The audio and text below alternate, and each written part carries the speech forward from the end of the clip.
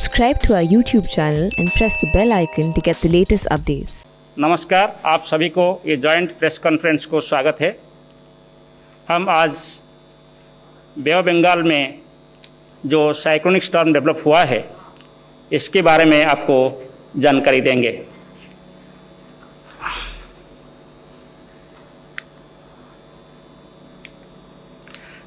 ये जो cyclonic storm है इसका नाम निवार है।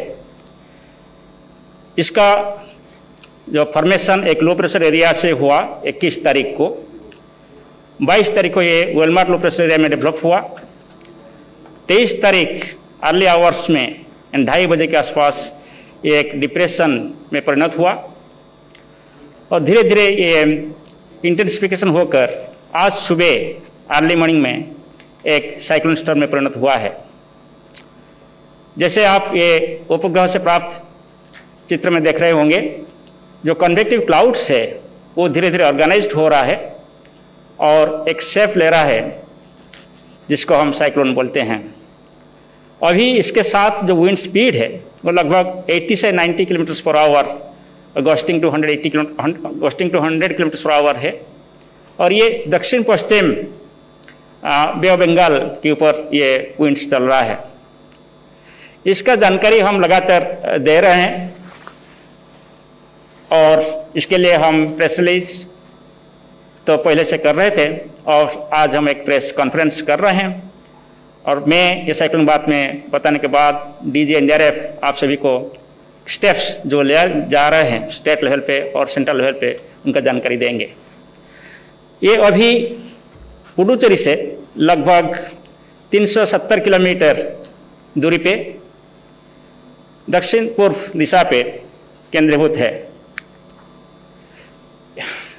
आज इस वक्त इसका जो पूर्वानुमान है इसके हिसाब से अभी अगले 12 घंटे के लिए ये पश्चिम उत्तर पश्चिम दिशा पे गति करेगा और इसके बाद ये उत्तर पश्चिम दिशा पे गति करके तमिलनाडु और पुडुचेरी कोस्ट को कराईकल और मामल्लापुरम यानी महाबलीपुरम के अंदर पार करेगा तट को।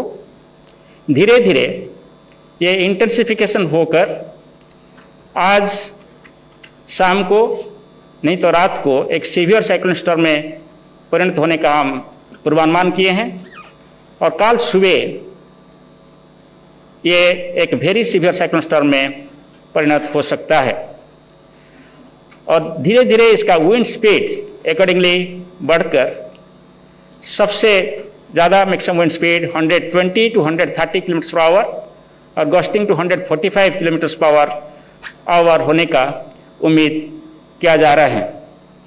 और ये जब तट को पार करेगा तभी यही विंड स्पीड रहेगा 120 to 130 kilometre per hour, gusting to 145 kilometre per our.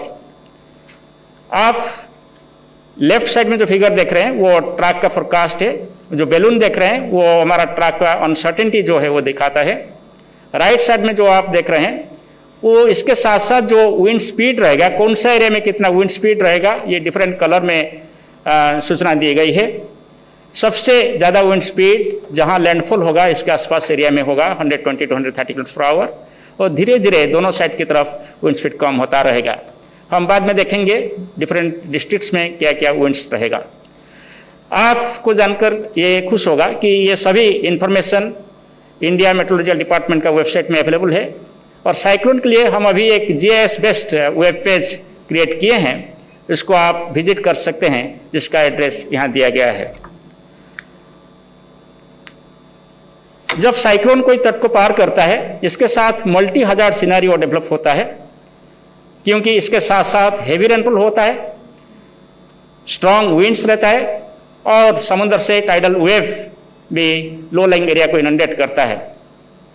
So heavy rainfall की बातें करें तो आज से हेवी रेनफॉल शुरू हो चुका है। कोस्टल तमिलनाडु में आइसोलेटेड प्लेसेस में हेवी रेनफॉल शुरू हो चुका है। चेन्नई में भी आज 7 to 9 सेंटीमीटर रेनफॉल रिकॉर्ड किया गया है। जैसे कि हम पूर्वानुमान किए थे 24 तारीख से कोस्टल तमिलनाडु में हेवी रेनफॉल शुरू होगा, वैसे हो रहा है और ये रेनफॉल बढ़कर 25 तारीख में कोस्टल और नॉर्थ इंटीरियर तमिलनाडु में सबसे ज़्यादा बारिश होगा। लगभग सभी जगह पर बारिश होने के साथ साथ कुछ इलाका में heavy to very heavy rainfall होगा और आइसोलेटेड प्लेसेस में एक्सट्रीमली हेवी रेनफॉल यानी 20 सेंटीमीटर से ज़्यादा बारिश हो सकता है। एक्सट्रीमली हेवी रेनफॉल जो डिस्ट्रिक्ट में होने वाला है आज वो है पुडुकोटाई, तंजावुर, तिरुवारूर, कराईकल, नागपट्टनम, कुडालूर, आर्यालूर और पेराबलूर डिस्ट्रिक्ट्स। और 25 तारीख को ये एरिया बढ़ेगा और कडालूर से शुरू करके यहाँ पेराम्बलूर और कराईकल समेत सभी जिले में एक्सट्रीमली हेवी रेनफॉल हो सकता है। इसके साथ साथ तमिलनाडु के आसपास जो आंध्र प्रदेश है इसमें 2 डिस्ट्रिक्ट स्पेशली नेल्लोर और चित्तूर, वहाँ भी हम एक्सट्रीमली हेवी रेनफॉल 25 तारीख को उम्मीद कर रहे हैं।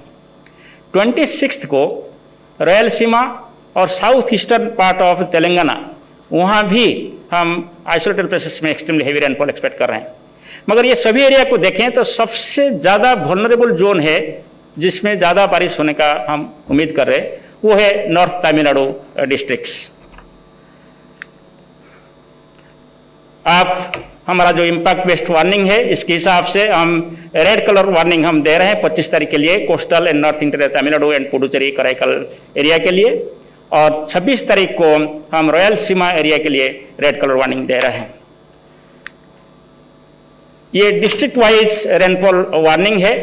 इसमें जो जो डिस्ट्रिक्ट में ज़्यादा रेनफॉल का उम्मीद किया जा रहा है, ज़्यादा इम्पैक्ट उम्मीद किया जा रहा है वहाँ रेड कलर है और इसका मतलब है वहाँ एक्सट्रीमली हेवी रेनफॉल वार्निंग दिया गया है। और ऑरेंज कलर जहाँ है वहाँ हम heavy to very heavy rainfall expect कर रहे हैं। येलो कलर जहाँ है वहाँ हेवी रेनफॉल हम एक्सपेक्ट कर रहे हैं।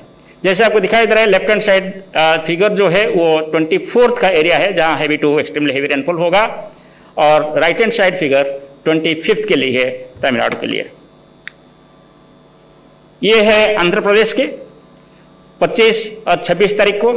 लेफ्ट हैंड साइड फिगर में 25 तारीख को जो आप देख रहे हैं चित्तूर और नेल्लोर सबसे ज़्यादा वल्नरेबल है एक्सट्रीमली हेवी रेनफॉल की और इसके साथ साथ 26 तारीख को भी रेनफॉल जारी रहेगा स्पेशली रायलसीमा एरिया में और साउथ कोस्टल आंध्र प्रदेश में, वहाँ भी 1-2 जगह पर एक्सट्रीमली हेवी रेनफॉल हो सकता है। आप तेलंगाना की बात करें, जैसे मैं बोल रहा था कि साउथ ईस्ट तेलंगाना जो है उस एरिया ज़्यादा वल्नरेबल है। 25 तारीख के बाद जब सिस्टम तट को पार करने के बाद इंटीरियर जाएगा धीरे धीरे रेनफॉल तेलंगाना में बढ़ने लगेगा, इसलिए 26 तारीख को हम एक्सट्रीमली हेवी रेनफॉल एक्सपेक्ट कर रहे हैं साउथ ईस्ट तेलंगाना में। विंड की बात करें तो अभी जैसे मैं बोल रहा था 80 to 90 km/h gusting to 100 km/h wind सभी चल रहा है समुद्र में, specially south west bay of Bengal पे। वो धीरे धीरे बढ़ के 120 to 130 km/h गस्टिंग 145 km/h होगा और ये पीरियड है 25 तारीख नून से नाइट तक। और इसके साथ साथ जो area west central bay of Bengal है यानी साउथ कोस्टल आंध्र प्रदेश के पास जो समुंदर है वहाँ भी विंड स्पीड 65 to 75 km/h रहेगा। और गल्फ ऑफ मन्नार जो कि साउथ तमिलनाडु कोस्ट के पास जो एरिया है श्रीलंका और तमिलनाडु के बीच, वहाँ भी wind speed 65 to 75 km/h gusting to 85 km/h हो सकता है। सो वहाँ भी हम वार्निंग जारी किए हैं। सिर्फ डिस्ट्रिक्ट वाइज फिर आप विंड वार्निंग देखें, जो रेड कलर यहाँ इंडिकेशन किया गया है नॉर्थ कोस्टल तमिलनाडु का जो डिस्ट्रिक्ट्स है वो डिस्ट्रिक्ट्स में सबसे ज़्यादा विंड स्पीड रहेगा 120 to 130 km/h गस्टिंग 145 km/h। वो है नागपट्टनम, कराईकल, मयिलादुथुराई, कुडालूर, पुडुचेरी, विल्लुपुरम और चेंगलपट्टू। ये सभी डिस्ट्रिक्ट सबसे ज़्यादा प्रभावित होगा स्ट्रक्चरल डैमेज के हिसाब से। और 80 to 90 km/h gusting to 100 km/h wind हो सकता है तिरुवारूर, कांचीपुरम, चेन्नई और तिरुवल्लुर डिस्ट्रिक्ट्स पे। सो ये जो मैक्सिमम विंड्स होगा वो पीरियड है 25 तारीख नून से शुरू करके 25 तारीख रात तक मीन्स 12 बजे तक ये विंड स्पीड रहने का हम उम्मीद कर रहे हैं। और आंध्र प्रदेश का बात करें तो सिर्फ दो डिस्ट्रिक्ट में ज़्यादा विंड रहेगा, वो है नेल्लोर डिस्ट्रिक्ट और चित्तूर डिस्ट्रिक्ट। जो थर्ड कंपोनेंट है, जिसको पहले हम किलर बोल रहे थे, क्योंकि वो tidal wave all of a sudden आता है जब साइक्लोन आता है, सो इसके लिए पहले से ही लो लाइंग एरिया से लोगों को विस्थापित किया जाता है। वो टाइडल वेव ये साइक्लोन जब तट को पार करेगा, वो लगभग 1 मीटर से 1.5 मीटर हाइट होने का हम पूर्वानुमान कर रहे हैं। India national centre for ocean influence services और IMD मिलकर स्टॉर्म सर्ज वार्निंग प्रदान करते हैं इसके साथ। और ये भी स्टॉर्म सर्ज वही पीरियड में होगा जब तट को पार कर रहा होगा, यानी नून से शुरू कर नाइट तक वो जो पीरियड है, वही पीरियड में 1 to 1.5 मीटर हाइट का स्टॉर्म सर्ज एस्ट्रोनॉमिकल टाइड के ऊपर आकर लो लाइंग एरिया जो है वहाँ इनंडेशन कर सकते हैं। स्टेट ऑफ सी की बात करें तो सी कंडीशन अभी रफ टू वेरी रफ है जो कोस्टल एरिया के पास, मगर south east bay of Bengal के अंदर सी कंडीशन हाई है। वो धीरे धीरे आज रात को ये वेरी हाई हो जाएगा और कल से सी कंडीशन फेनोमेनल रहेगा, यानी 14 मीटर हाइट का वेव सी के अंदर हो सकता है। ये जो वेव होता है ये बहुत खतरनाक है शिप्स के लिए और फिशरमैन के लिए, इसलिए कंटिन्यूसली हम सिस्टमेटिकली 21 तारीख से ये वार्निंग जारी कर रहे हैं कि कोई फिशरमैन इसके अंदर नहीं जाना चाहिए और कोई शिप्स का ऑपरेशन भी वहाँ अभी नहीं होना है। सो ये जो विंड स्पीड और रेनफॉल और टाइडल वेव की हमने बात किया, इसके प्रभाव में डैमेज एक्सपेक्टेड है। सबसे ज़्यादा डैमेज हम नागपट्टनम, माइलादुथुराई, कोडालूर, विल्लीपुरम और चेंगलपट्टू डिस्ट्रिक्ट्स और कराईकल और पुडुचेरी में एक्सपेक्ट कर रहे हैं। ये जो 120 to 130 kilometre per hour going to 145 kilometre per hour wind speed रहेगा। ये विंड स्पीड में total destruction of thatched houses, extensive damage to kutcha houses हो सकता है। ओल्ड पक्का हाउस जो वल्नरेबल स्ट्रक्चर है वो भी डैमेज हो सकता है। और जो फ्लाइंग ऑब्जेक्ट का थ्रेट हो सकता है, क्योंकि कभी कभी ट्रीज का जो डेड लिम्स होता है वो विंड्स के साथ प्रोजेक्टाइल जैसे काम करता है और क्षति पहुंचता है।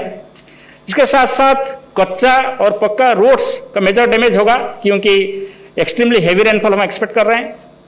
एस्केप रूट्स फ्लडिंग हो सकता है। Railways, national highways operations affected होगा। पावर लाइंस और कम्युनिकेशन लाइंस भी इसमें इफेक्टेड होगा। जो स्टैंडिंग क्रॉप्स है, प्लांटेशन है और ऑर्चार्ड्स है, इसमें वाइड स्प्रेड डैमेज हो सकता है विंड्स के साथ साथ। जैसे वो एरिया में हमारा ग्रीन कोकोनट होता है, पाम फ्रंट्स होता है, वो सभी से भी डैमेज हो सकता है।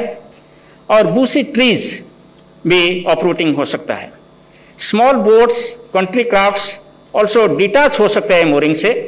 विजिबिलिटी सीवियरली अफेक्टेड हो जाता है। इसलिए कोई भी ऑपरेशन, ट्रांसपोर्ट ऑपरेशन एयर में हो कि सी में हो कि सरफेस में हो, ये एवॉइड करना आवश्यक है। आप तिरुवारूर, कांचीपुरम, चेन्नई और तिरुवल्लुर डिस्ट्रिक्ट्स का बातें करें तो वहाँ विंड स्पीड जैसे 80 to 90 kilometre per hour, gusting to 100 kilometre per hour होगा, मगर वहाँ भी आप heavy to very heavy rainfall expect कर सकते हैं। सो इसके प्रभाव में वहाँ भी थेचर्ड हॉट्स और जैसे टीन स्ट्रक्चर है कि एडवेस्टर स्ट्रक्चर है, वो सभी अफेक्टेड हो सकता है। रूफ ब्लोन हो सकता है और पावर और कम्युनिकेशन लाइन डिस्ट्रप्शन हो सकता है। कच्चा और some damage to pucca roads हो सकता है। Breaking of tree branches, uprooting of trees हो सकता है। और बनाना, पपैया, हॉर्टिकल्चरल क्रॉप्स और ऑर्चार्ड्स भी विशेषकर प्रभावित हो सकता है। मेजर डैमेज कोस्टल क्रॉप्स को हो सकता है और एम्बैंकमेंट्स और सॉल्ट पैन्स एरिया जो है वो भी इसमें अफेक्टेड होगा। इसलिए जो हमारा अभी वार्निंग है और जो हम एक्शन सजेस्ट कर रहे हैं, इसमें यह है कि total suspension of fishing operation, mobilise evacuation from coastal areas, coastal hotman dwellers to be moved to safer places, people in affected areas to remain in safe places and indoors, judicious regulation of rail, road and air traffic, movement of motorboats and small ships completely unsafe है, जिसे बंद होना चाहिए। ये सभी जानकारी हम हर 3 घंटे प्रदान कर रहे हैं और कल जब ये तट को पार करेगा तो हम हर घंटे भी इसका विवरण आपको प्रदान करेंगे। और ये सभी पूर्व सूचना को पाथे करके central and state government agencies पदक्षेप ले रहे हैं। हम सभी मिलकर इसको सामना कर रहे हैं और इसका विशेष जानकारी प्रधान साहब आपको प्रदान करेंगे। मैं इसके साथ आपको यही बोलना चाहता हूँ कि र्यूमर में बिलीव मत करिए। जो ऑफिशियल इंफॉर्मेशन प्रोवाइड किया जा रहा है इसको आप दूसरों को दें और इससे सभी मिलकर साइक्लोन जैसे नेचुरल हैजार्ड का मुकाबला करें। धन्यवाद। Thank you, Dr. Mahapatra ji. After knowing the status and the expected damages, we have now DG NDRF.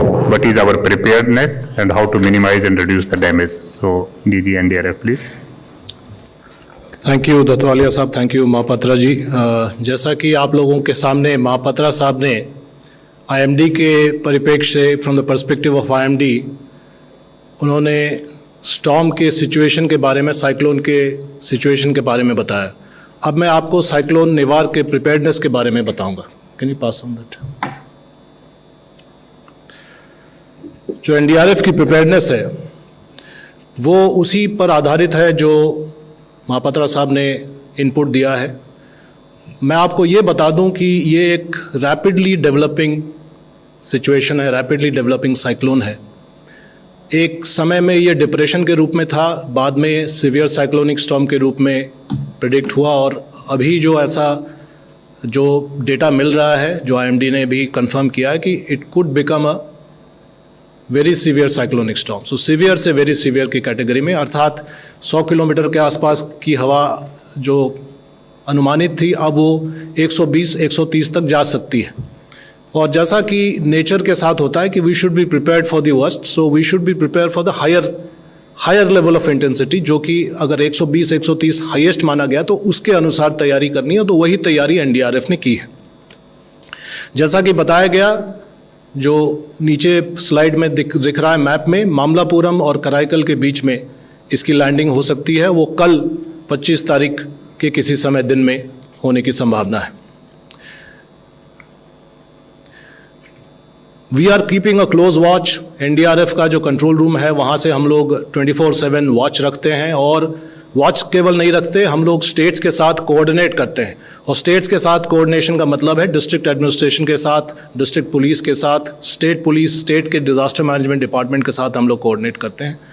और हमारी टीमें अवेलेबल हैं अक्रॉस द 3 स्टेट्स जो पोटेंशियली अफेक्टेड स्टेट्स हैं, जिसमें कि मैं मानता हूं कि तमिलनाडु और पौंडीचेरी ज़्यादा अफेक्टेड होने की संभावना है और उससे थोड़ा कमतर आंध्र प्रदेश के ज़िले होंगे। तो इसलिए ज़्यादा फोकस तमिलनाडु और पौंडीचेरी पर ऑब्वियसली है। तो वहाँ पर हम लोगों ने एनडीआरएफ की टीमें ऑलरेडी तैनात कर दी हैं। कौन सी टीमें तैनात की हैं वो मैं आगे बताऊँगा। एक स्पेशल सिचुएशन हमारे लिए ये है कि ये कोविड का सिचुएशन है, जो कि एक अपने आप में एक यूनिक चैलेंज है। साइक्लोन को कोविड के समय में हम लोगों को डील करना पड़ रहा है, लेकिन अच्छी बात यह है कि इस साल पूरा साल जो है उसी तरह से गुजरा है। जो पहला साइक्लोन आप लोगों को याद होगा, अम्फन साइक्लोन हुआ था, उसके बाद निसर्ग हुआ था और दोनों ही कोस्ट में हुआ। उसके बाद फ्लड्स भी आए, एक केमिकल एक्सीडेंट हुआ विशाखापट्टनम में। ये सभी कोविड के समय में ही एनडीआरएफ ने डील किया। तो मैं समझता हूँ कि एक तजुर्बा इससे हम लोगों को हुआ है और we have been able to handle it reasonably well. हमारा जो इन्फेक्शन रेट है एनडीआरएफ का, in spite of going to difficult areas and affected areas and handling affected populations, उसके हिसाब से काफ़ी कम है और इसको प्रिकॉशंस लेकर हम लोग काम करते हैं। लेकिन चूंकि इसमें लोगों की मदद करनी है, सिटीजन्स को हम लोगों को रेस्क्यू करना ही है, तो इसलिए हम लोग पूरा एहतियात बरतकर और प्रोटोकॉल के हिसाब से एक एसओपी को फॉलो करते हुए हम लोग काम करते हैं। और जैसा कि आप देख रहे हैं, ये कडलोर में ही हमारी टीम जो है पीपी के साथ लैश है और इसके अलावा भी स्पेशलाइज सूट्स हैं।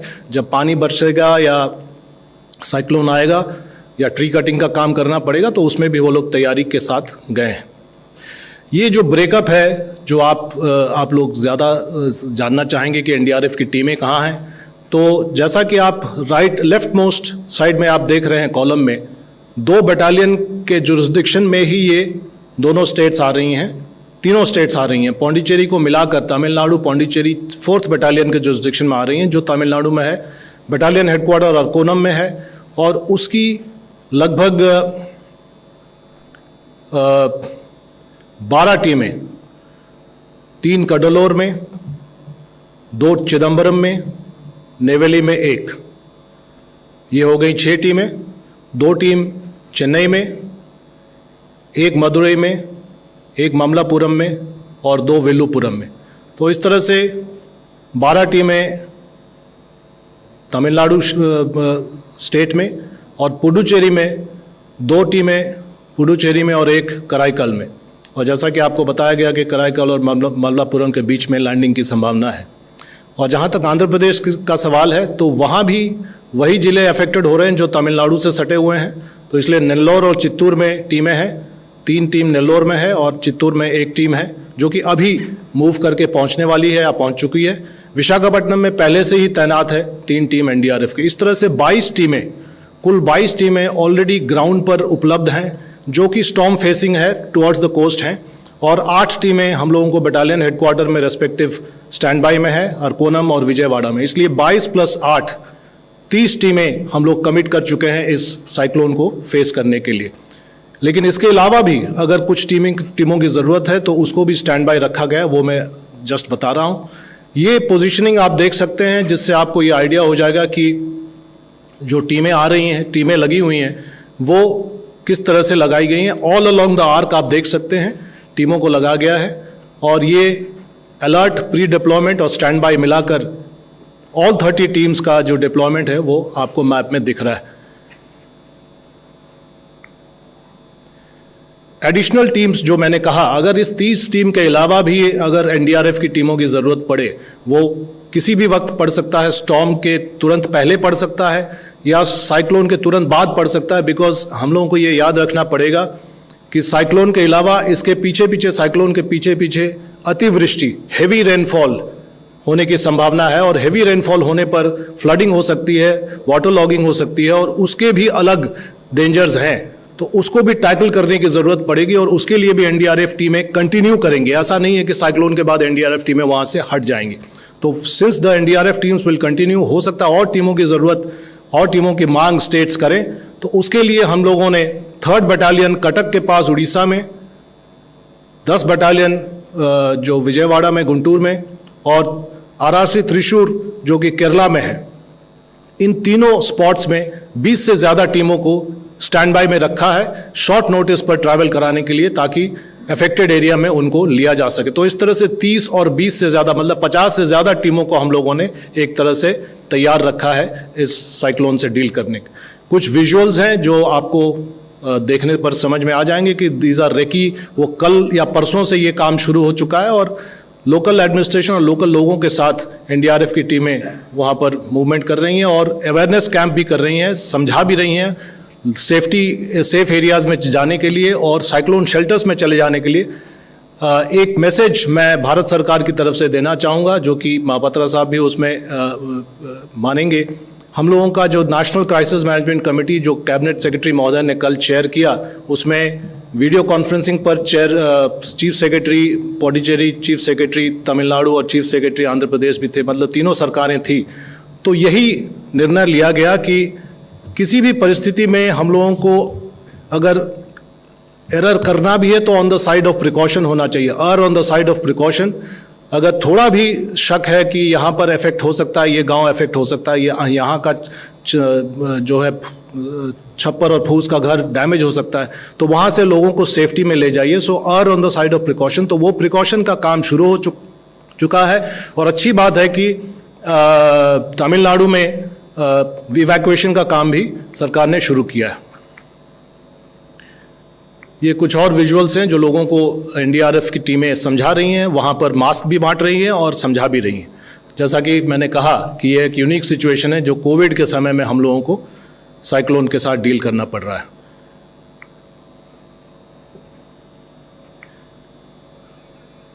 ये अनाउंसमेंट हो रहा है, ये लोकल पुलिस के साथ हम लोग कार्रवाई कर रहे हैं लोकल लोगों को समझा रहे हैं और लोकल लोगों के साथ, कम्युनिटी के साथ उनको अगर सेफ्टी जोन में ले जाना है तो उसकी कार्रवाई हो रही। So thank you very much. Last में बस यही संवाद हम लोग भारत सरकार की तरफ से देना चाहेंगे कि जैसा कि मैंने कहा कि नेचर में हम लोग कोई चीज़ एंटिसिपेट नहीं करते हैं, तैयारी हायर लेवल पर होनी चाहिए ताकि जो उसका जो वर्स्ट फॉर्म है उसके साथ हम लोग टैकल कर सके, और उसी प्रिंसिपल के आधार पर तैयारी है। और फिर भी एहतियात पूरी बरतने की कोशिश की जा रही है, लोगों को समझाया जा रहा है। और अच्छी बात है कि तमिलनाडु सरकार, पौंडीचेरी सरकार और आंध्र प्रदेश सरकार इसमें पूरी तरह से कोऑपरेट कर रही है और हम लोग साथ मिलकर इस काम को अंजाम दे रहे हैं। धन्यवाद। Thank you very much. I think it was detailed presentation plus preparedness idea. And now if there is any question, friends, we can take the questions. But I think because it's a advanced information and advanced preparedness, so I don't see any question. But if there is any, we can take your questions. So we all hope that okay. This is question 41. Sir मैं मनीष हूँ जी news से, मैं थोड़ा late से आया था। Sir ये जो साइक्लोन आ रहा है, कुछ नंबर से कितने लोग प्रभावित होने वाले हैं, अगर उनके कुछ नंबर्स मिल जाए। देखिए ये कोस्टल आबादी है और जैसा कि आपने देखा कि तमिलनाडु में लगभग 9 जिले प्रभावित हो रहे हैं, जिसमें से 6 जिले सबसे ज़्यादा प्रभावित होंगे। और इसलिए वो जो जिलों के पॉपुलेशन है उनको अगर आप जोड़ दें तो कुछ करोड़ों में पॉपुलेशन आएगा। तो अच्छी बात है कि एहतियात के तौर पर तमिलनाडु सरकार ने कई एहतियाती कदम ले लिए हैं, पौंडीचेरी ने भी लिए हैं। इवैक्यूएशन का काम तो शुरू हुआ है जैसा कि मैंने कहा। साथ ही साथ जैसा सूचना मिली है, इसको आधिकारिक तौर पर स्टेट ज़्यादा कंफर्म कर सकता है कि ट्रांसपोर्टेशन आवागमन बंद कर दिया गया है। कहीं कहीं पर 144 भी लागू किया गया है और कहीं कहीं पर जो नॉर्मल जो मूवमेंट है लोगों का, उनको रोककर ये हिदायत दी गई है माइक के द्वारा भी, रेडियो के द्वारा भी, टेलीविज़न के द्वारा भी और सोशल मीडिया के द्वारा भी कि अपने घर में रहें, अपने घर के चार दीवारी में रहें अगर घर सेफ है, और नहीं तो साइक्लोन शेल्टर्स में चले जाएं। और मुझे बताते हुए खुशी है कि साइक्लोन शेल्टर्स जो परमानेंट हैं, स्ट्रक्चर्स बने हुए हैं, उनमें भी शिफ्टिंग करने की हिदायत दी गई है और कुछ टेम्पररी साइक्लोन शेल्टर्स भी बना दिए गए हैं। तो इसलिए पॉपुलेशन तो काफ़ी बड़ा होगा। जो 9 जिले हैं वो पूरे अफेक्टेड होने की संभावना है और उसी के आधार पर कार्रवाई हो रही है। नेक्स्ट 14। सर मैं आमिर हूँ न्यूज़ नेशन से। सर ये निवार जो साइक्लोन है, कितने बजे तक कोई तटीय इलाकों से टकरा सकता है, तट से टकरा सकता है, इसके बारे में कुछ बता पाएं। साइक्लोन निवार का जो अभी पूर्वानुमान हम जारी किए हैं, ये तमिलनाडु और पुडुचेरी तट को 25 तारीख को लेट इवनिंग यानी 8 बजे से 12 बजे के अंदर तट पार करेगा। जब ये तट को पार करेगा, इसका विंड स्पीड 120 से 130 kilometre per our, wasting 145 kilometre per hour होने का उम्मीद किया जा रहा है। और ये एक वेरी सीवियर साइक्लोन स्टॉर्म का विंड स्पीड है। Thank you, friends. We will continue to update you through press release, through the PIB or through the concerned agencies, whether NDRF or IMD. So please keep note of this. That regular information will be made available to you from the MHA side and the Ministry of Science and Technology, IMD side. We will be providing the regular information. Thank you very much. We are also updating from NDRF on the social media on a regular basis, on a real-time basis, and we'll continue to do so. Thank you very much, friends.